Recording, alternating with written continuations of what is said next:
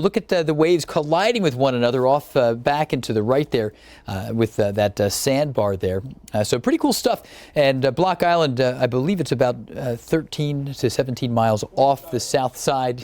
Off the south side of Rhode Island and east of Montauk Point there. So there it is. That's that perspective. Those are angry waves here on the northern fringe of the large hurricane. Again, Hurricane Erin is out here. So the center of the storm continuing to churn, but even that distance away from the center of the storm, we got big waves, and the wave action is continuing to come inland here.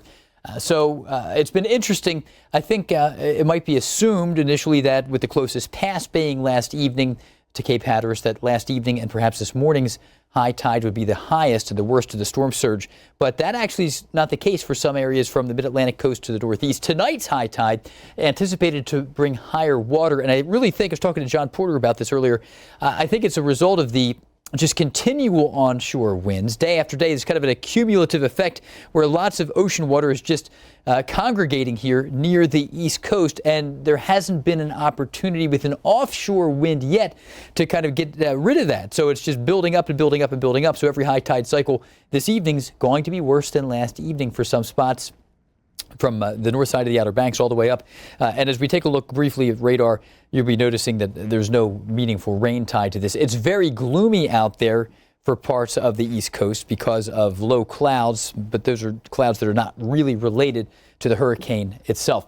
Hurricane Erin passing not too far from where the most recent Hurricane Erin passed back in 2001 on 9/11. Bringing, again, in that case, we had a bluer sky over New York City. The latest North Carolina DOT closing sections of North Carolina 12. I'm going to update this with some new information, including New Jersey's state of emergency that has been issued, and also a continuation of the East Coast swimming restrictions continuing through tomorrow now in areas like New York City. So here we have a comparison in size between Erin and Superstorm Sandy. And both big storms, both very big storms. Erin larger than about 75% of the hurricanes out there in the Atlantic, but it has a 600-mile wide footprint of tropical storm force sustained winds. And Sandy had a 1,150-mile wide footprint. So that was a big, huge storm.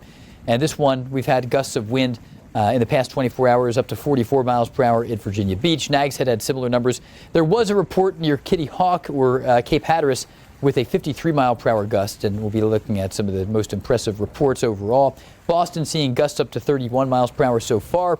We may exceed that this evening, but we're not expecting it to get much beyond that in Boston. The storm's going to be racing northeast, moving north of Bermuda, so it'll be a side swipe for Bermuda as well. It's a big enough storm that we're going to expect to see some impacts there, but the rough surf, rip currents, and so forth here this evening between 7 and 8 p.m. High tide for most areas up and down the northeast seaboard, 7 to 8 p.m. More coastal flooding, 1 to 3 feet for many, a little higher for the Outer Banks.